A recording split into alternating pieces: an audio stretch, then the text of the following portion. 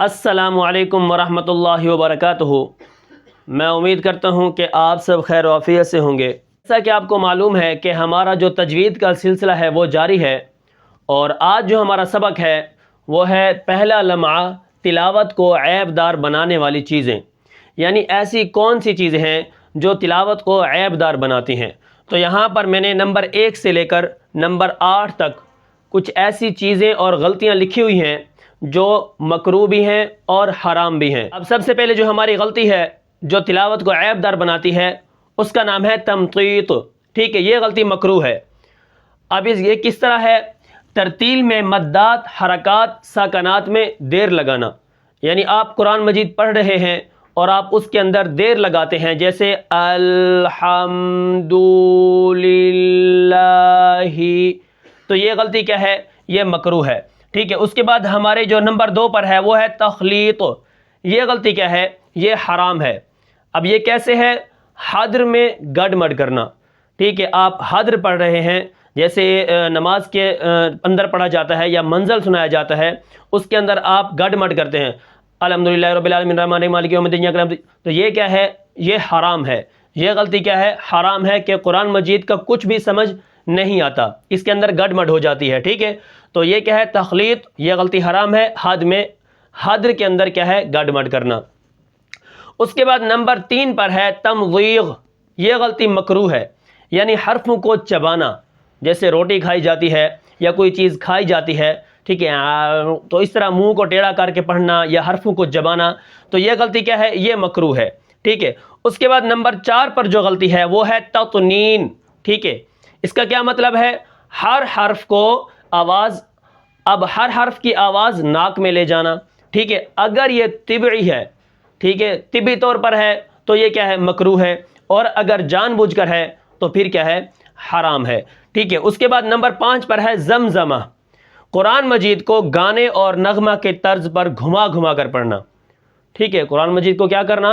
گانے اور نغمہ کی طرز پر گھما گھما کر پڑھنا، اور یہ غلطی کیا ہے؟ یہ بھی کیا ہے؟ حرام ہے۔ اس کے بعد نمبر 6 پر کیا ہے؟ ترقیص، آواز کو نچانا۔ ٹھیک ہے، آواز کو کیا کرنا؟ نچانا، تو یہ بھی کیا ہے؟ غلط ہے۔ اسی طرح نمبر 7 پر ہے ترعید، آواز کو ہلانا، جیسا کہ قاری کو کیا ہے؟ پڑھتے وقت سردی لگ رہی ہو۔ ٹھیک ہے، یہ آواز کو ہلانا یہ بھی کیا ہے؟ غلط ہے، یہ بھی تلاوت کو عیب دار بناتا ہے۔ اس کے بعد ہے تقطیع۔ ٹھیک ہے، آخری جو ہے نمبر 8 پر وہ ہے حرفوں کو کاٹ کاٹ کر پڑھنا، یہ کیا ہے؟ حرام ہے۔ ٹھیک ہے،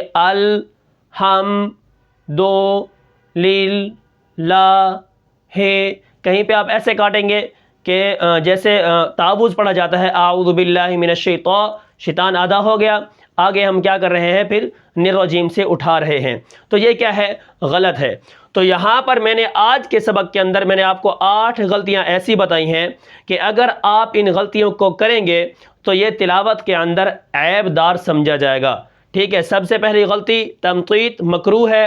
ترتیل میں مدات، حرکات، ساکنات میں حد سے زیادہ دیر لگانا، یہ کیا ہے؟ مکروہ ہے۔ تخلیط حرام ہے۔ حدر میں گڈ مڈ کرنا، ٹھیک ہے، اتنی سپیڈ کے ساتھ پڑھنا یا اتنا جلدی پڑھنا کہ لفظوں کی سمجھ نہ آئے۔ ٹھیک ہے، اس کے بعد ہے تمضیغ، نمبر 3 پر یہ مکروہ ہے، یعنی حرفوں کو چبانا۔ اس کے بعد نمبر 4 پر ہے تطنین، ہر حرف کی آواز ناک میں لے جانا، اگر طبی ہے پھر تو مکروہ ہے، اگر آپ جان بوجھ کر رہے ہیں تو پھر یہ کیا ہے؟ حرام ہے، ناک میں آواز لے جانا۔ اس کے بعد نمبر 5 پر ہے زمزمہ، گانے اور نغمہ کی طرز پر کیا ہے؟ قرآن کو گھما گھما کر پڑھنا۔ ٹھیک ہے، یہ بھی کیا ہے؟